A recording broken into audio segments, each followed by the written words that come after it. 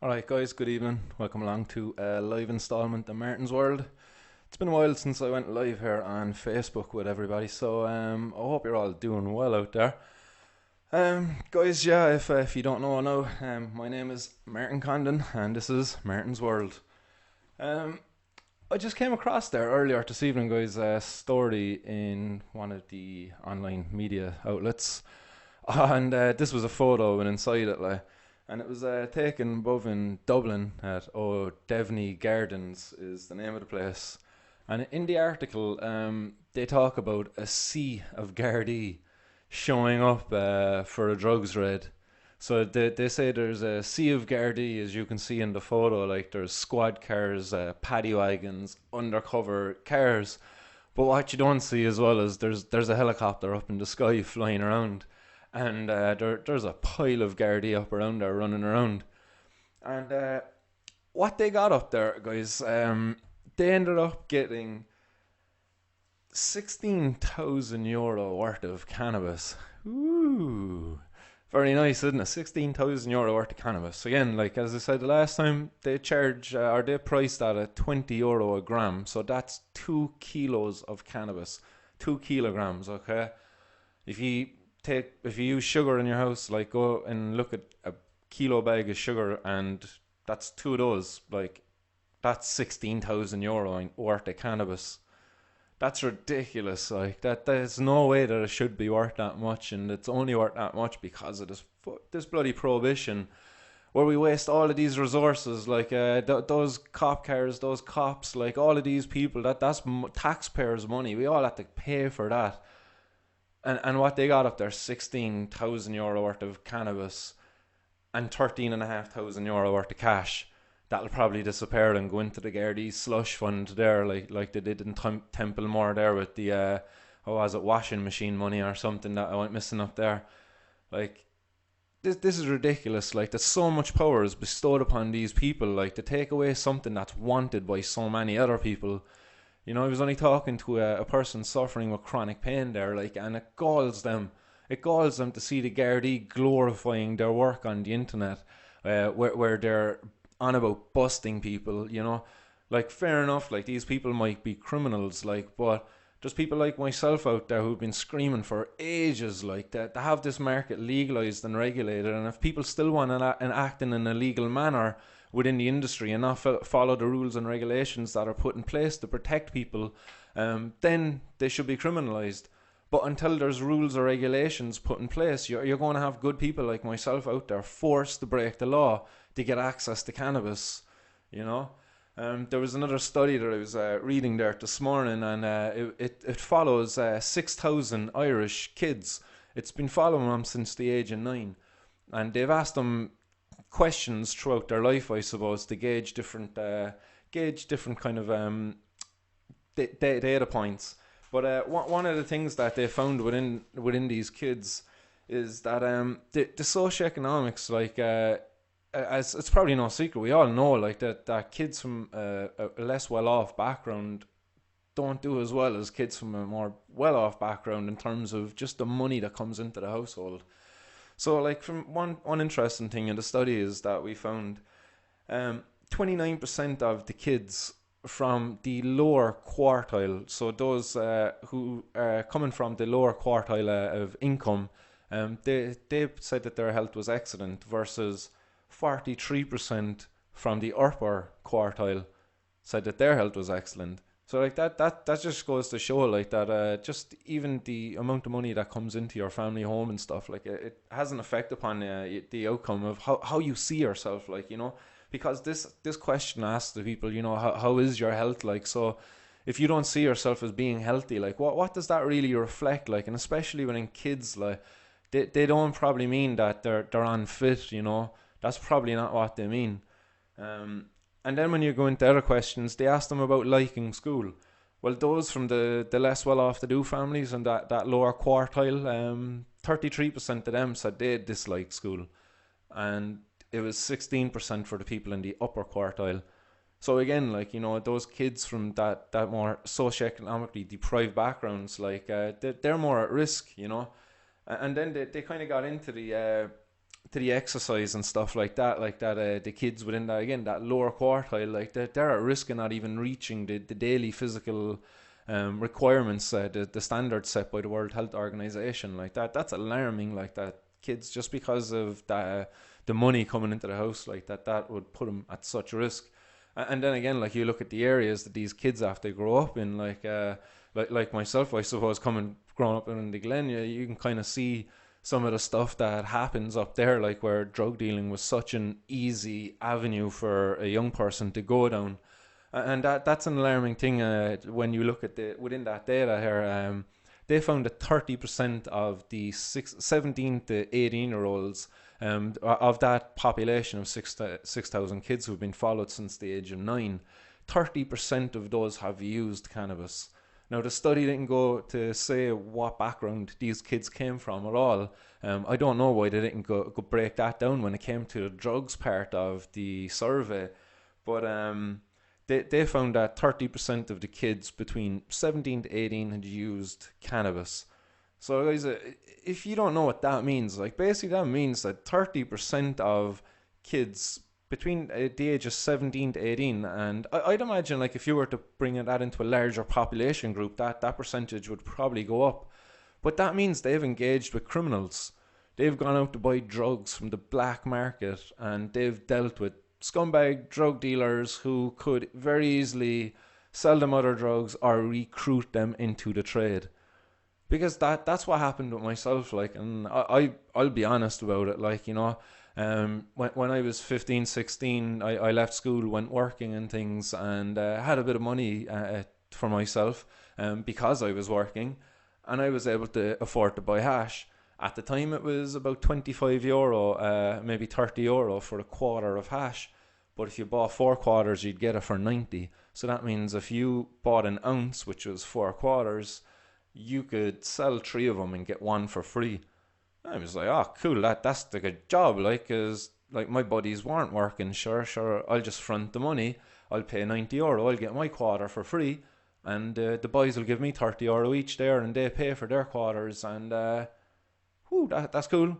But little did I know I was a drug dealer then, like. And that's kind of how it went for a while. You would buy a little bit of hash, you would share it with your friends, and that's, in my own eyes, that's what I thought I was doing. I was sharing it with my friends, and I was doing them a favour. I was like, oh yeah, I'll put the money up front, and sure, you can just give it back to me there later on in the week, like. But I was drug dealing, like. That's exactly what I was doing. I was 16 years of age, and I was drug dealing. And how many other kids are out there now today? Like, because the guys who were selling me the drugs at the time, they weren't kids. They knew what they were doing, like.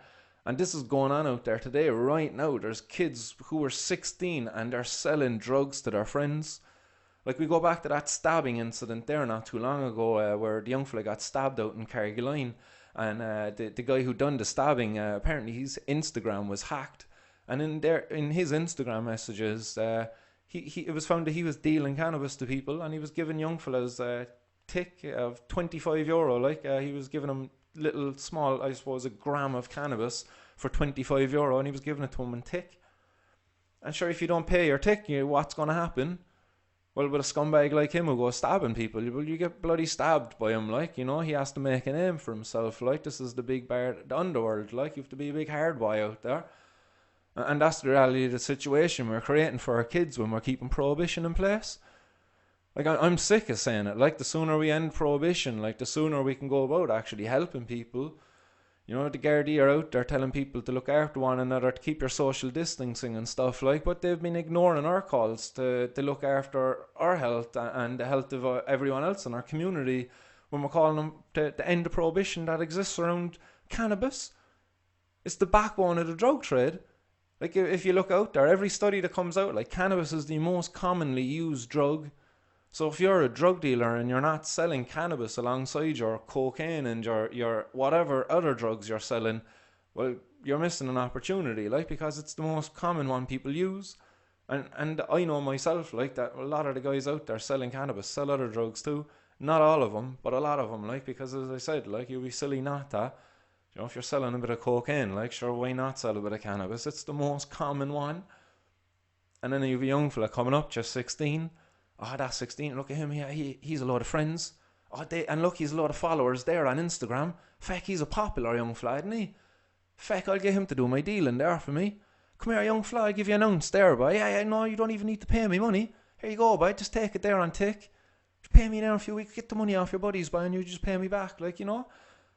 Oh, he's a sound fella. He just gave me an ounce there on tick. Oh, decent, you know, and that's how it goes. Like, this is how the young fellas are misled and led astray.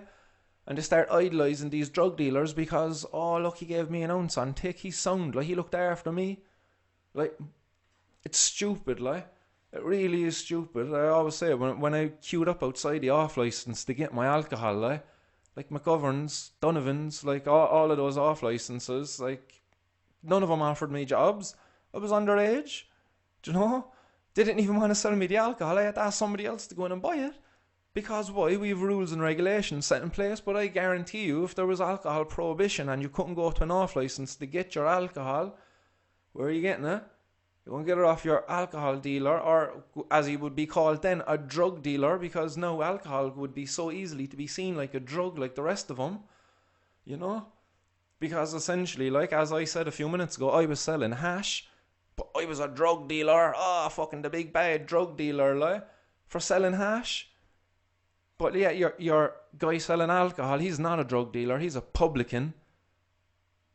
Like, guys, there's a serious double standards there. Like, you know, just because something's illegal doesn't make it wrong, like.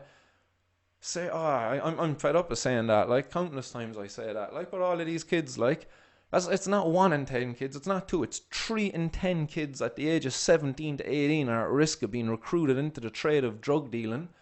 Because each and every one of them, to buy their cannabis, as they said in this study, they had to go to a bloody drug dealer.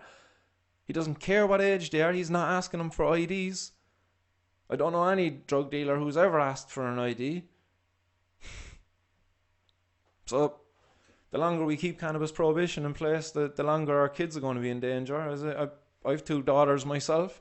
I don't want them to be walking around in the streets where we've gangs like the Kinahans and the Hutches there above in Dublin. Like, they're 2 of the most infamous gangs around Ireland, like. But you'd all the shit that went down up in Sohill there as well, in Limerick, like. All connected with drugs, like, all of the money, all of the violence, like, all perpetuated because of fucking drugs, like. And there's no need for it. Like, it's not even because of drugs, it's because of drug prohibition. Drugs don't do these things, it's the prohibition that does it. It's the fact you make it illegal that makes it so bloody profitable for these scumbags. The sooner we just start regulating it, like, the better. Regulate cannabis as soon as we can. Like, we better get this done within the year. Like, I'm sick and tired of it. Like, fucking hell, like in 1990s, the first cannabis regulation party set up, and they set up in Cork. Here we are 30 years later. 30 years later. Our government are on holidays now for the next 6 weeks. Jesus Christ, don't even get me started on them clowns. 6 weeks holidays they're taking, and meanwhile we've a medical cannabis access program and there's no patients have got access through it yet. None. Zero. A big fat fucking zero. You scumbag government politicians out there, the lot of you, a medical cannabis access program and no patients accessing through it. You've a whole medical system or field out there, all your GPs, all your pain consultants, and none of them being educated about how to work with cannabis. You'd rather keep your bloody propaganda or you know, all that reefer madness bullshit going, like. None of it's based in fact, like, it's all bullshit. Cannabis doesn't rot your brain. Prohibition though is going to destroy your community because it enables drug dealing on a massive level where they can create so much money that a Gardaí can't even stop them. Do you know, you've journalists there like Veronica Guerin, and when she was reporting on them, what happens? She gets killed. Prohibition still remained in place. If we take prohibition out of it, we cripple these drug gangs, like. It's a no-brainer, guys, seriously, like. The sooner we do it, the fucking better, like. God, like, Jesus. Guys, look, before, I'll just end up getting pissed off here now about all this, like, because again, as I said, the government are on holidays for the next 6 fucking weeks, like, seriously, like, and just people out there riddled in pain, riddled in it, and they're forced to take fucking morphine and muscle relaxers. Oh yeah, here's a few D5s there from the doctor to relax you. Here's some Lyrica there, look, yeah, decent. But meanwhile, like, a herb Simple fucking herb. Like, it's cannabis. Like, it's killed nobody. That's the one that kills me. Like, it's killed nobody. Nobody has died from cannabis. I think the only fellow who died from it was when he crashed and it came flying from the back and it squashed him. You know, as the scientists said when they said, like, oh, how much cannabis does it take to kill a mouse? Well, the scientists said, well, it depends on how high you drop it from, because they physically couldn't find how much cannabis it takes to kill a mouse by injecting it into him, because it's impossible to do. Like, the stuff isn't deadly, like. But meanwhile, like, as I said, like, the D5s, like the Azpan, Lyrica, like paracetamol, like, Jesus Christ, like, these things are destroying your liver, and the doctors will gladly give them to you. But we go about demonising cannabis. Why? We're all a herbalist. Like, geez, guys, you better hang your head in shame. Like, all you naturopaths out there. I met a few of you in my time, like, and ye are ashamed to the cause, like, because ye should be the ones out here speaking for this stuff. Here I have it rolled up in a Prohibition era blunt. There's no tobacco inside here, like, but, like, this isn't even the best way of delivering the stuff, like. I should be using a vaporizer or something, you know. But because of Prohibition, because of the lack of education, like, I came up in an age where smoking was the method of choice, like, and not only smoking, but mixing it with tobacco, actually, too. You know, that was an awful habit to try to kick the bloody tobacco on. A lot of people out there think that smoking pure is more expensive, but Jesus Christ, guys, you not realise how much you're paying for your tobacco. Fair enough if you're not addicted to it and you don't smoke it afterwards, like, but that shit ain't cheap either, like. I'd rather have a little bong head of weed, like, and not have to smoke and pay all the taxes that they've slapped up in tobacco. But again, as I say, I'll rant on. I'll get really annoyed about the whole government and them fucking off on a 6-week holiday. So guys, I'm going to go off, enjoy the rest of my weekend, and have a thought about what's going to be coming next week. Guys, also next week, we have Saturday the 8th of August below, in the same place as the last event, which was just outside the Fisher Skate Park in Cork City. We're going to again have a gathering of the Cork cannabis community and all the people who support the legalisation of cannabis in Ireland. So at 2 p.m. on the 8th of August, we're all going to gather down and for what we're calling the Cork Cannabis Expo. And on that day, there's going to be some live entertainment there. There's going to be music and all of the above. We're going to have a really cool raffle there. We'll start announcing the raffle prizes there as well over the next few days. But again, thanks very much to the sponsors out there. You know who you are. We have Grow Nation, we've Puff and Stuff, we've Funky Skunk, we have Growing Ireland, we have Ollie's Oil. There's quite a few others there who are yet to confirm whether they're going to sponsor or not, or whether they want to have their name out there, because some people are actually willing to donate prizes, but they're afraid to have their name associated with the cause and what have you, because of the whole stigma, like, I suppose. And because on the day, and we're going to be asking people to spark up, basically, like, you know, to take these things, like, and to light them up, like, and to do it in disregard of the law, like, in an act of civil disobedience, like, to try to send a message to our government who are on holidays.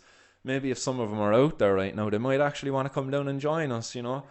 Patrick Sullivan, Thomas Gould, you know, any of the other guys out there, you know, you are, come on down, like, say hi to the cannabis community, try out the products that are there from the market, you know. To be honest, I actually had this conversation with somebody the other day, and to be honest, if you haven't tried cannabis before, like, I would hope that your first time trying it is from a regulated market. Because, like, I have something rolled up here and I could give you a smoke at that, but you've no idea what's in here. You've none. I could tell you what it is, like, but even I don't have an idea of what it is, like, to the full extent of what I should know, like it's critical kush. But what is it, 20% THC? Is it 15? Is it 10? Is it 5? I don't know. It's never been tested. I was just given a bag of weed and here you go. This is critical kush.